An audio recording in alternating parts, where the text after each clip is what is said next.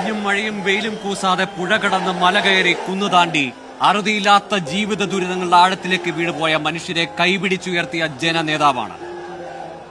ഒരു പഴയ മുദ്രാവാക്യം പോലെ ഒരു രാവിലെ ഇടിവെട്ടി കുടുകുടപ്പെയ്യുന്ന കർക്കിടക രാവിലെ മഴയല്ല വിപ്ലവം, തമ്പുരാൻ ഞെരടിയാൽ ഞെട്ടറ്റ് വീഴുന്ന പിച്ചകച്ചെടിയിലെ പൂവല്ല വിപ്ലവം.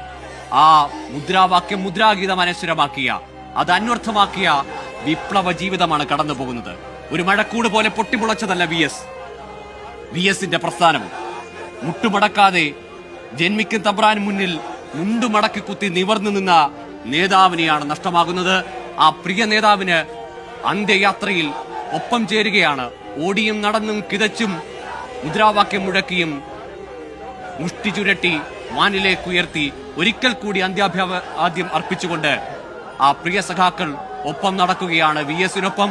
അങ്ങനെ കൊല്ലത്തേക്ക് തൊഴിലാളി പ്രസ്ഥാനങ്ങളുടെ ഏറ്റവും കരുത്തുറ്റ മണ്ണിലേക്ക് വി എസ് എത്തുകയാണ്. വി എസിന്റെ സംഘാടന മികവിന്റെ ഉത്തമ ഉദാഹരണങ്ങളായി അവിടെ കശുവണ്ടി തൊഴിലാളികളുടെ പ്രസ്ഥാനങ്ങൾ, കയർ തൊഴിലാളികളുടെ പ്രസ്ഥാനങ്ങൾ, അങ്ങനെ നിരവധി ഫാക്ടറികൾ, തൊഴിൽശാലകൾ, CPM-ന്റെയും CITU-വിന്റെയും ഒക്കെ തൊഴിലാളി പ്രസ്ഥാനത്തിന്റെയും ഒക്കെ കൊടി വി എസ് ഉയർത്തിക്കെട്ടിയ ആ മണ്ണിലൂടെയാണ് വി എസിന്റെ മടക്കയാത്ര. വി എസിന്റെ യൗവനകാലത്തും വാർദ്ധക്യത്തിലുമൊക്കെയും സജീവമായി തൊഴിലാളി സംഘടനാ പ്രവർത്തനത്തിന്റെ ഭാഗമായി, പാർട്ടി സംസ്ഥാന സെക്രട്ടറി ആയിരിക്കുമ്പോഴും ചെത്തുതൊഴിലാളി യൂണിയന്റെ ഭാഗമായിരുന്ന, ഭാരവാഹിത്വം വഹിച്ചിരുന്ന ഒരു നേതാവ്.